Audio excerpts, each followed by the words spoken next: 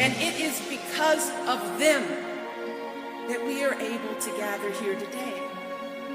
It is because of them that so many of these young women leaders can now pursue their dreams. It is because of them that I stand before you as First Lady of the United States of America.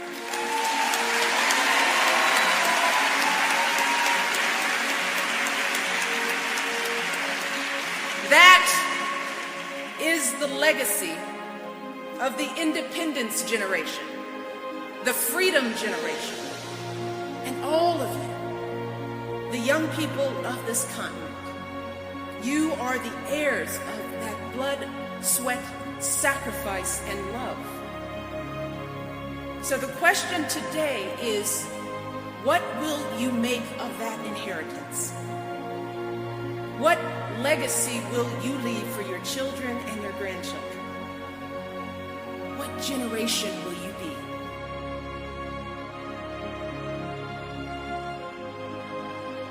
I went on my first book tour. In 13 months, I flew to 14 countries and gave some 100 talks. Every talk in every country began with an introduction. And every introduction began, alas, with a lie. Taiye Selasi comes from Ghana and Nigeria, or Taiye Selasi comes from England and the States. Whenever I heard this opening sentence, no matter the country that concluded it, England, America, Ghana, Nigeria, I thought, but that's not true. Yes, I was born in England and grew up in the United States. My mom, born in England and raised in Nigeria, currently lives in Ghana. My father was born in Gold Coast, a British colony, raised in Ghana, and has lived for over 30 years in the Kingdom of Saudi Arabia. For this reason, my introducers also called me multinational. But Nike is multinational, I thought. I'm a human being.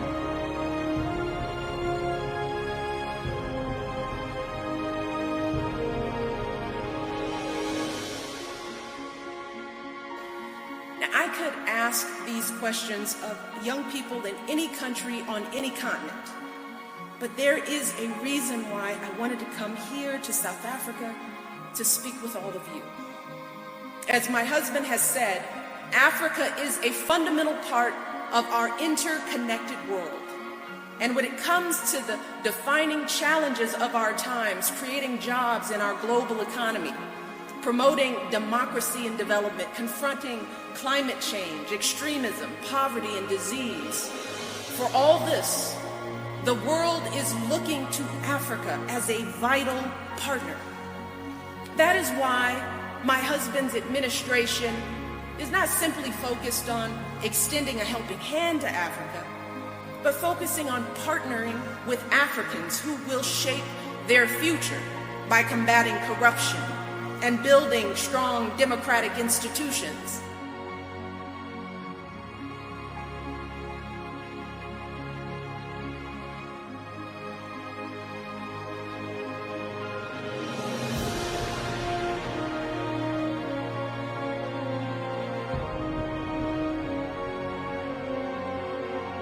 And so, it came as a huge relief to discover the sovereign state. What we call countries are actually various expressions of sovereign statehood, an idea that came into fashion only 400 years ago. When I learned this, beginning my master's degree in international relations, I felt a sort of surge of relief. It was as I had suspected. History was real, cultures were real, but countries were invented. Delivering a commencement address is a great responsibility, or so I thought, until I cast my mind back to my own graduation. The commencement speaker that day was the distinguished British philosopher Baroness Mary Warnock. Reflecting on her speech has helped me enormously in writing this one, because it turns out that I can't remember a single word she said.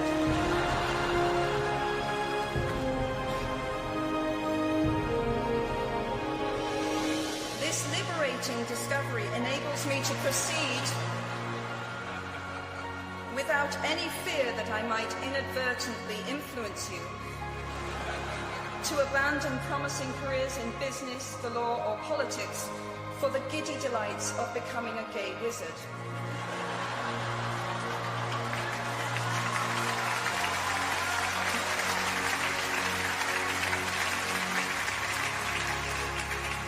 You see, if all you remember in years to come is the gay wizard joke, I've come out ahead of Baroness Mary Warnock.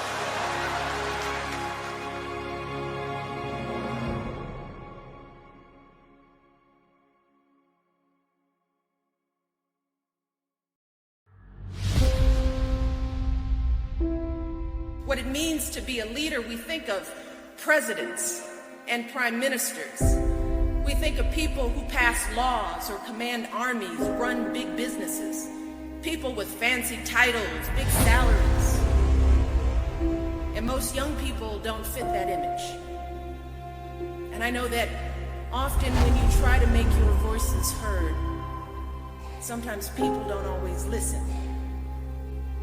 I know there are those who discount your opinions, who tell you you're not ready, who say that you should sit back, wait your turn.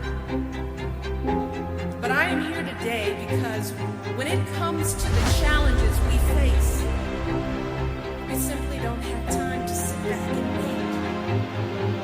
I'm here because I believe that each of you is ready, right here and right now, to start meeting these challenges.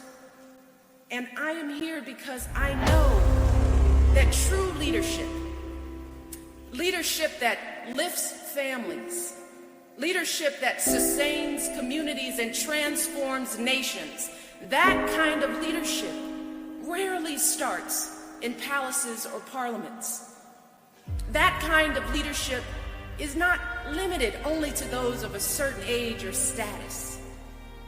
And that kind of leadership is not just about dramatic events that change the course of history in an instant.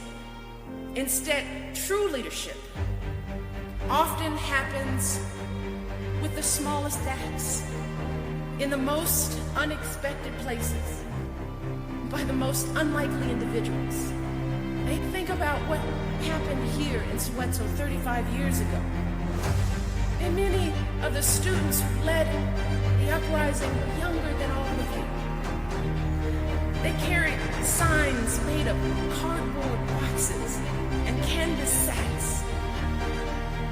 Yet together, they propelled this cause into the consciousness of the world.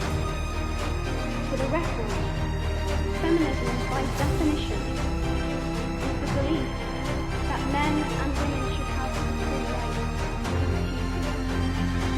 It is the theory of political, economic, and social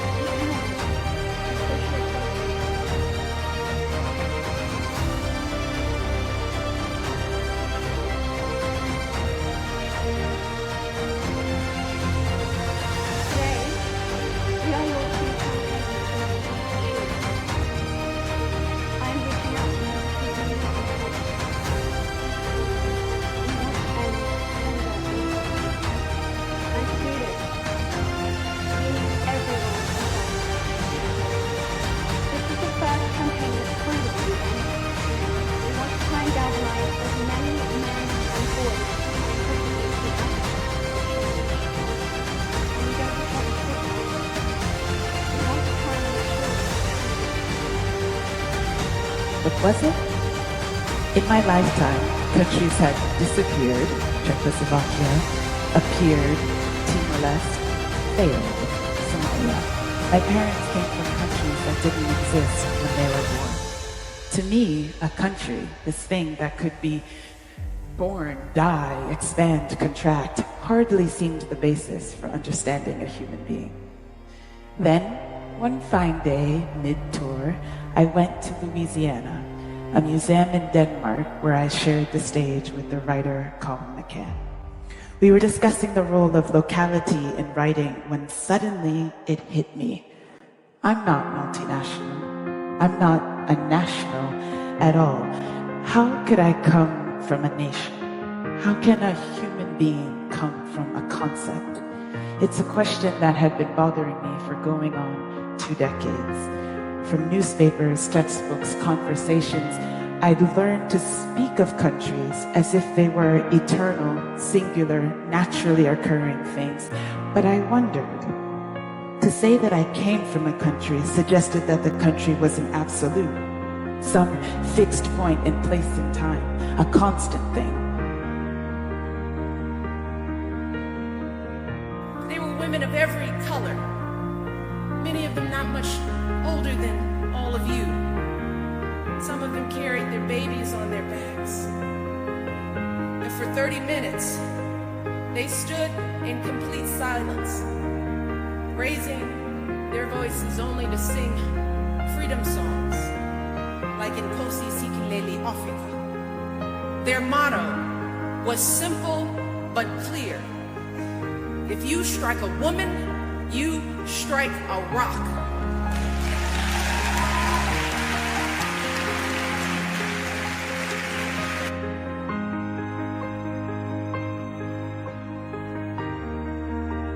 I was appointed as Goodwill Ambassador for UN Women 6 months ago.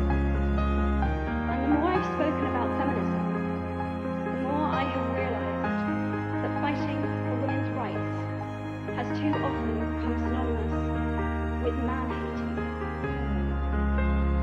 If there is one thing I know for certain, it is that this has to stop.